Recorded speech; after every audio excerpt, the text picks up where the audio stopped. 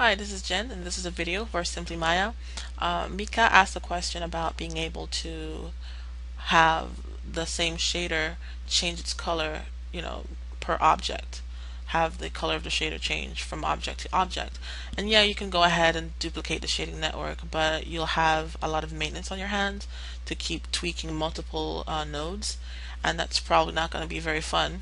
Plus, you're just adding a lot of clutter to your hypershade that really doesn't need to be there. And since we're dealing with colors, RGB values, the triple switch works perfectly for that.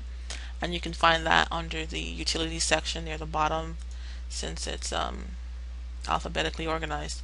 So we'll just create a triple switch and we'll just middle mouse drag that onto the attribute that you want to control, which in this case is color. And immediately you'll see every object that is currently using the shader changes color. And that's happening because, let's check our triple switch.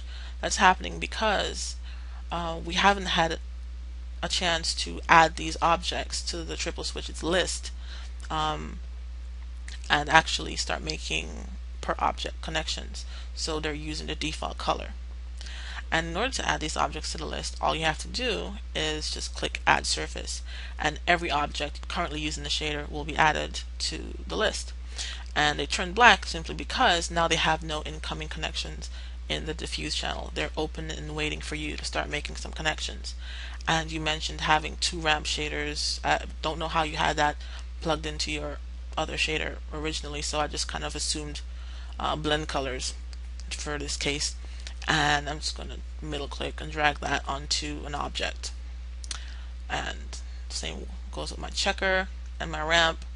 So now, what did I do? Actually, I misclicked. Alright. So now we have custom per object connections to our geometry, and now the triple switch is actually doing what it's meant to do.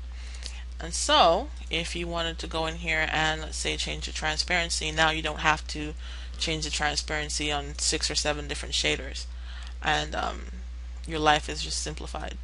And you can use triple switches in all these different channels.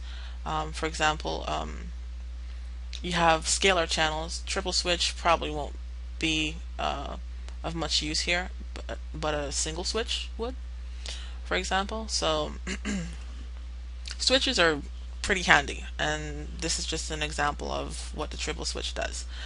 And so you can move on with your life.